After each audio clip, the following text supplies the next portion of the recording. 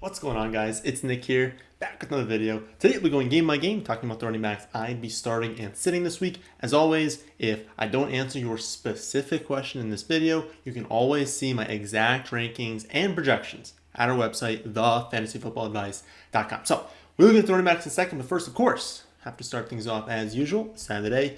Yesterday's stat was which running back leads the league in rushing percentage over expectation? The answer is Khalil Herbert. So far, no one has gotten that one correctly. Today's stat. Of the top 10 running backs in PPR scoring, 8 of them are also in the top 10 in standard scoring. Only 2 of them are not. What 2 are they? You have to get both right. Okay, so let's talk about some running backs. And first game up, highest scoring game of the week, Chiefs at Titans. That should be a really fun game to watch. Hopefully everyone's healthy, but still, Clyde's not going to be playing, but hopefully everyone that isn't on the IR is able to play in this one because we could have a really, really good game here. Again, Chiefs at Titans, really high, 57.5 point total. Chiefs are currently 5.5 point road favorites. I believe the line has been moving in their direction this week. For the Chiefs, Darrell Williams was the clear lead back last week with Clyde out. McKinnon played 28% of the snaps, got 3 carries, 4 targets. He was really just in there so that they didn't have to have Darrell Williams play every single snap. He didn't have, talking about McKinnon here, didn't have that large a role. Not someone you can rely on this week. Williams, 72% of the snaps, 21 carries, 4 targets, got the red zone work that we knew he was going to get, right? If he was getting red zone work with Clyde active, well, they're not going to all of a sudden go away from Williams at the red zone now. So especially looking at this game, a 57.5 point total, and he's the team that's favored by a good chunk. 5.5 is not, a super close spread. They're going to put up a lot of points, and you got to think that Williams has a really, really good chance of scoring a touchdown this week while mixing in a few receptions. And so he's absolutely, especially this week, you're going to hear me say that a few times. I know you guys have seen it. Bye week galore, injuries galore. If you've got a running back realistically that has any sort of real workload, you're playing him this week. You basically have to. And so we're still going to go over some of the guys that I really just do not like. But in general, especially with a guy like Williams, you're playing Williams if you have him because he's getting, a decent amount of touches plus a good chance of scoring on the highest total game of the week. Yeah, you're playing him. And on the Titans side, obviously, you're starting Derrick Henry. And realistically, besides those 2, I would not play any other running back in this game. Jets at Patriots is up next. This game has a pretty low 42.5 point total, and the Patriots are touchdown home favorites. For the Jets, it's tough to know for sure, and this is something I'll also touch on with, I believe, the 49ers and the Falcons. Sometimes when teams come out of their bye, we see them change things up. There's a different split in the targets. There's a different split for the running backs. Guys get more or less usage. And for, what were there, 2 teams or 2 games on bye last week, so 4 teams on bye. We're not expecting a huge difference for the Saints, but there are 3 teams that maybe something's going to change, and the Jets are one of them. Maybe they split up their running back touches, and that's not really something we can predict going to the week, so it just adds a little bit of risk to all the running backs. With that being said, the only change they're really going to make, at least that would make sense, is giving Michael Carter more work, and realistically, he's the only one you're starting anyways. You're not starting Coleman, you're not starting Ty Johnson, and so if you were already taking the risk with Michael Carter, well, the only change that would happen is maybe he gets more touches than we were expecting. So I think you can play Michael Carter, especially with all these teams on bye, like I've said. I'm not expecting him to be the feature back. I'm not expecting him to play even 70% of the snaps. But could he go out there and play 65% of the snaps? Maybe, and I think that potential is what could make him a low-end running back 2 this week. For the Patriots, this is a really good spot as a touchdown home favorite. But something that I always mention with the Jets get a ton of running back points against them, not because they're the worst team in the league at defending the run, but because they're not a good team. And so they lose a lot of games. And then I believe the one game they won, well, they played Derrick Henry. So every single week they're either playing Derrick Henry or they're losing, and that's really good for the opposing running back. So this isn't a team that is just going to get steamrolled by the running back position. We don't have to play running backs against them because they're giving up such high efficiency. It's just that teams have such favorable game scripts against them. You typically want the running backs. But that being said, you're playing Damian Harris this week if you have him. I think Stevenson's a hold. We saw him get some carries last week, some receptions. It's very clear to anyone watching. He looks, realistically, he looks better than Harris in like different areas. I think as a pure runner, Harris is still better. They trust Harris a lot more, but in the receiving game, it's pretty clear that Stevenson's better. And then he's just like quicker. He's better at like making people miss, turning not much into something. And so I do still believe down the stretch of the season, if he gets more and more work, he's going to look really good, and they're going to slowly give him more and more work on top of that. And so I still think he's a hold. I don't think you can really trust Stevenson or Brandon Bolden this week. Next game, we've got the Bengals at the Ravens. This game has a fairly average 47-point total, and the Ravens are almost a touchdown home favorite, 6.5 points.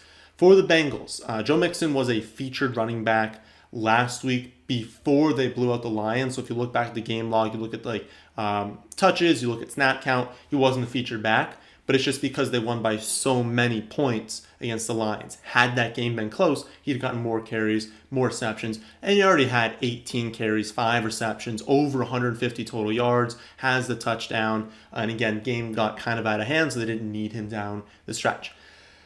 But there's really no chance that the Bengals are blowing out the Ravens. They can for sure win, but they're not going to blow out the Ravens, and so that scenario is not going to happen. And I do believe since he's good enough to stay in the game, maybe it leads to fewer carries for Mixon, but we don't really care, right? If he's going to lose, 4 or 5 carries, that's not the end of the world because targets are so much more important. As long as he's maintaining, around that like 5 or 6 reception range, I don't really care how many carries you're getting because we know he's still going to mix in for carries, and we know he's still a good bet for a touchdown. So he's absolutely running back 1 this week, even as a road dog against a really solid Ravens run defense. It's just, there's not that many running backs that are great this week, and he's going to get the touches.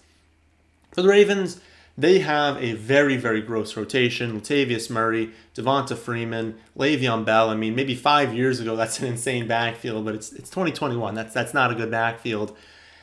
But realistically, it's a good offense. And so there's still a chance, like we saw last week, these guys can have receptions. They can get a ton of total yards amongst them. They can have multiple of them score a touchdown. And so it is possible that one of these running backs ends up being viable. But the Bengals' run defense is still 4th in rush defense DVOA. They're 8th in yards per carry allowed. These guys are, again, like I've said, they're not fantastic running backs, and they're all splitting. It's like Freeman gets some targets, and Murray gets more of the carries, but not that many carries. He might not even see double-digit carries. And then we go, like Bell could take some targets, receptions, carries, touchdowns. It's like if as a whole, they're going to be fine. But if you're divvying that up, it's not great. And so Le'Veon Bell is the only one that I think is getting enough volume, enough consistent volume, has enough upside to be worth starting. If you are super desperate, which I know some of you are, you're super, super desperate, you can play one of these running backs. I just need you to understand that, like, if they go out there and get you 3 points, I mean, that's like not that unrealistic of an outcome. And even if they score a touchdown, none of them have actual upside. None of them are going off this week. None of them just have the upside to have like 13 carries, 6 receptions, 2 scores. That's not happening to anyone. So you're just praying for like 12 from one of them. And so I think it makes all of them lower-end options, all of them ones I don't want to play.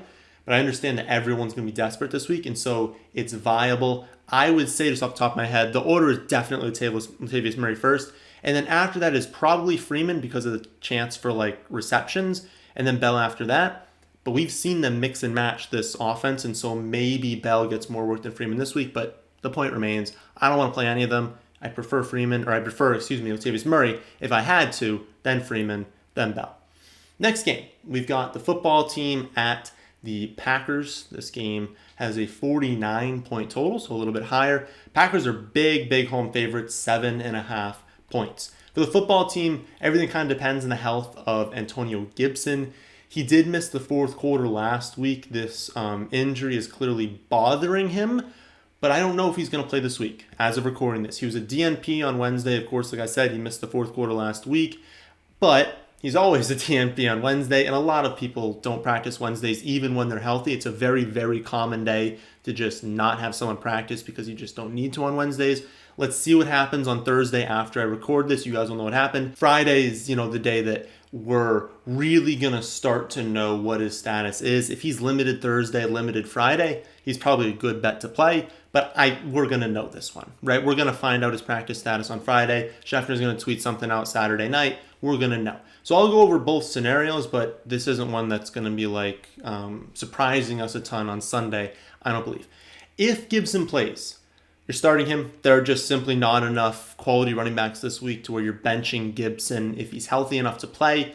If he's, and then I guess for McKissick there, you're probably not playing McKissick if Gibson's healthy, but it's the same thing we talked about last week. This is a game script that is not likely to be favorable for Washington, and so it's absolutely possible that McKissick racks up 4, 5, 6 receptions. And so if you're in a PPR league, you got to play McKissick. It's not the end of the world. That's not a terrible play. If Gibson is out, I would say McKissick is a much stronger play. You know he's going to mix in for carries now. His touchdown upside goes up, and we know for a fact the receptions are now going to be there. So he'd be a pretty quality play, running back 2 or flex if Gibson is out. And then Jarrett Patterson could definitely be played. He'd be the more direct backup to Gibson. He just would get a little bit less of everything. A little bit lower touchdown upside than Gibson, a little bit fewer carries, a little bit fewer work in the receiving game, and so he'd still be a fine play, probably someone you can play at running back too, but I would say that McKissick would be the one that would have more value, especially in PPR leagues.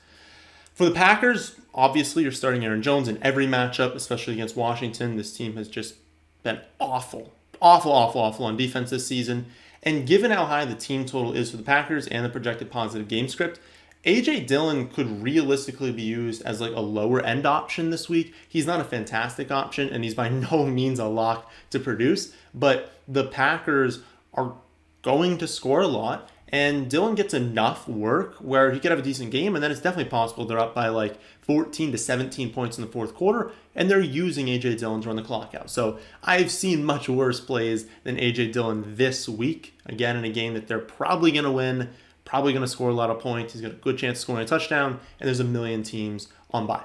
Next up, we've got Falcons at the Dolphins. This game has a little bit above average, 47.5 point total, and the Falcons are 2.5 point road favorites. For the Falcons, this is another team coming off bye, so it's possible we see something different from the backfield. Ultimately, unless we hear something later in the week on Friday, on Saturday, I'm just going to assume they're going to utilize the running backs in a very similar way as they have been. That means that Patterson should be treated as like a low-end running back 1 this week to a high-end running back 2. Obviously, best in PPR, a little bit worse in half, not as good in standard. You guys know the drill there. Then Mike Davis, he is a lower-end running back 2, and he's at more risk of losing the role to Gallman. So if there's a change in this backfield, it would be Gallman getting more work. That's not going to take anything away from Patterson. They're going to use him. He's going to be good. It would take work away from Mike Davis. So Mike Davis might go from seeing his like 12 to 14 carries and then mixing in for 4 or 5 targets. Maybe that gets bumped down to like 9 to 11 carries and 3 to 4 targets. And that would really limit his upside, definitely lower his floor, and it wouldn't be good. But until we see that happen, until we see Gallman come in and get that workload, I think we just need to assume that everything's going to work out the same. And so low-end running back 2 for Mike Davis, and you're not playing Gallman.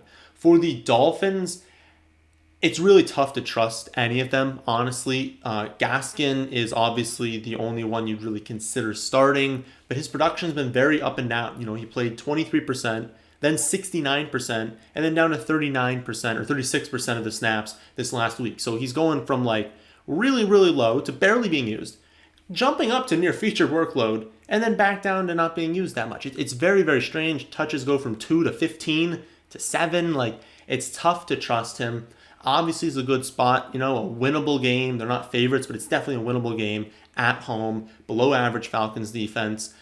I just don't trust the volume enough to play him as anything more than a low-end 2, and I'd really not want to use him in the flex. So you can say low-end 2 to flex play, but I'd much rather use a wide receiver in the flex than Gaskin or any of these running backs, and so maybe if you really need to play Gaskin running back 2, you can do it, but I would prefer to just keep every single Dolphins running back on my bench until we see some level of consistency.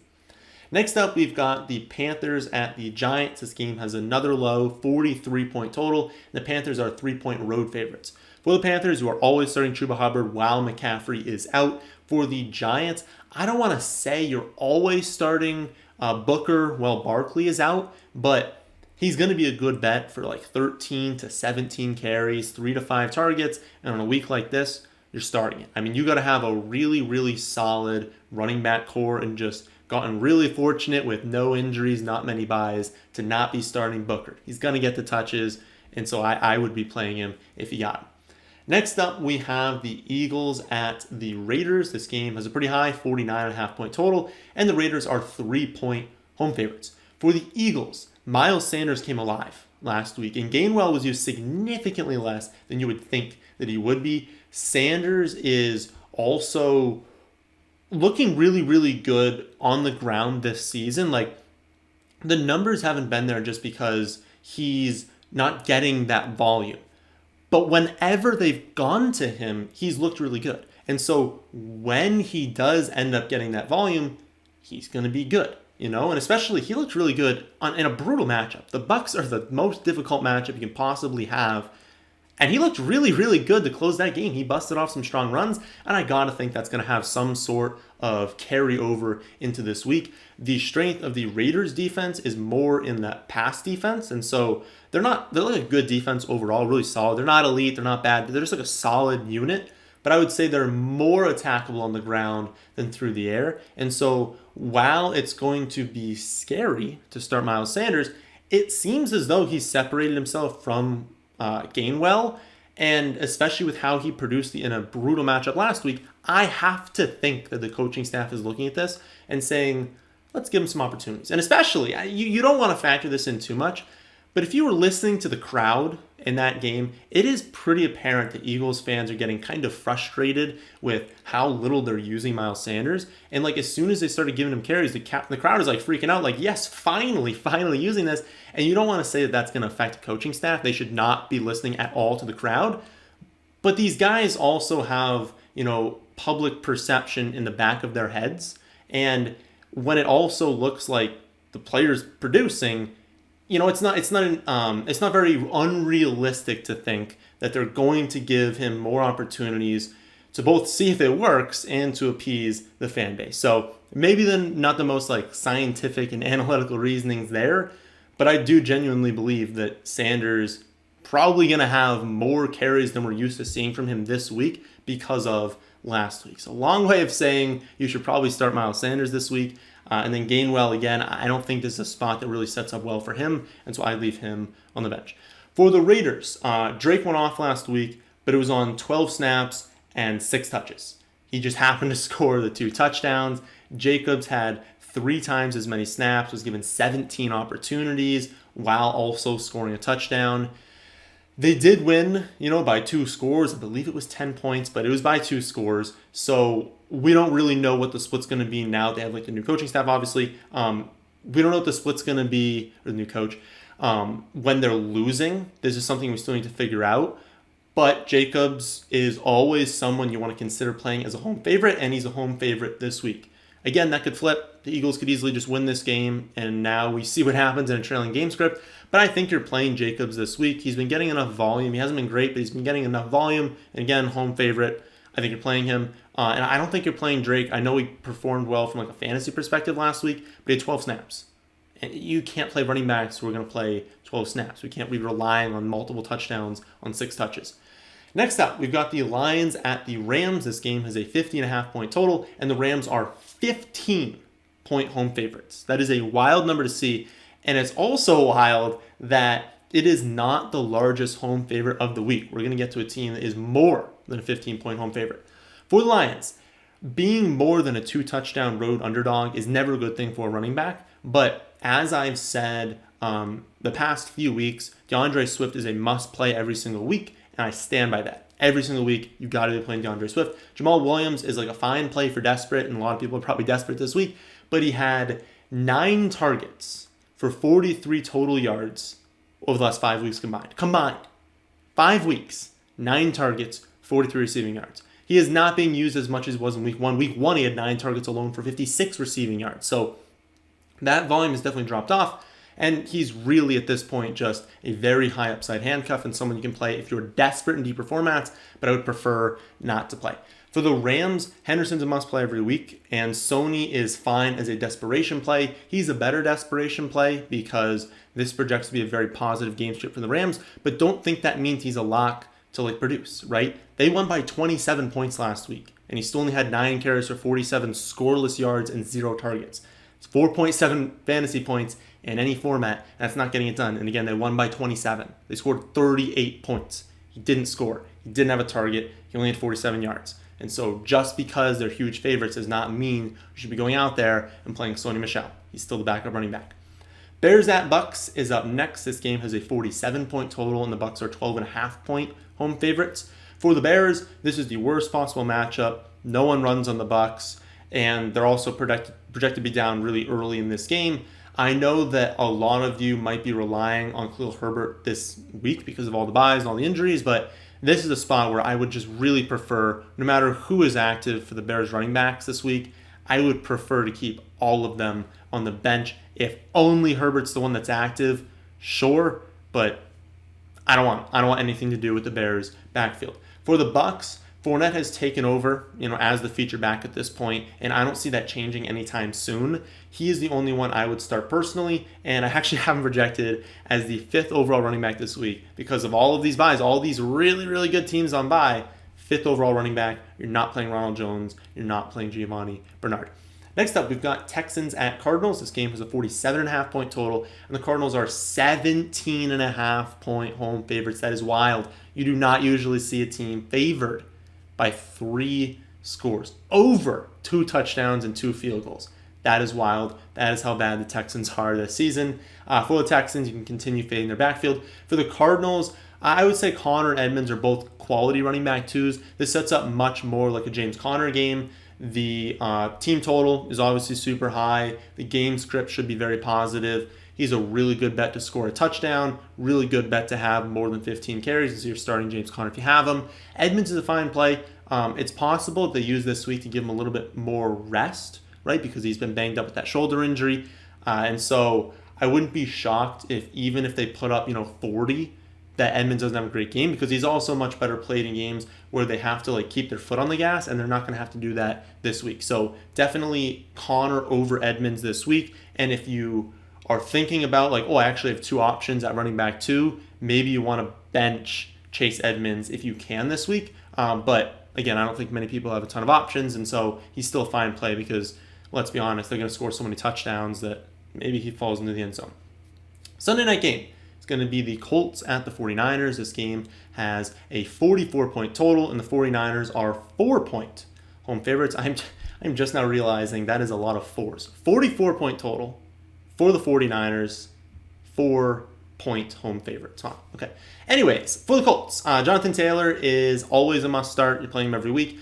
I think that at this point, obviously we're stashing Marlon Mack because a ton of teams want him, and he's got to get traded at some point, right? So we're stashing him. Hines, unless you're in a deeper PPR league, they're giving Jonathan Taylor plenty of receiving game work, and even in a game script that they could be trailing, I don't trust Hines. I feel like the only way you can play Hines at this point is if the Colts are 7 to 10 point underdogs and we just know they're going to be trailing. But until that happens, this is a 4-point game. I don't know. I don't trust Hines. And so again, unless you're in a 16-team league, full PPR, I'm not playing anyone besides Jonathan Taylor for the Colts. For the 49ers, another team, tough to know what they're going to do coming off the bye.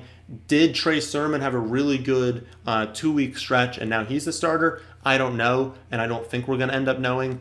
I have to just assume that he didn't all of a sudden become significantly better than Elijah Mitchell, and so I'm assuming Mitchell is still their best running back, still the one they're going to use, and so I'm treating him as a running back 2 this week, and I would personally not play any other 49ers running back or fullback.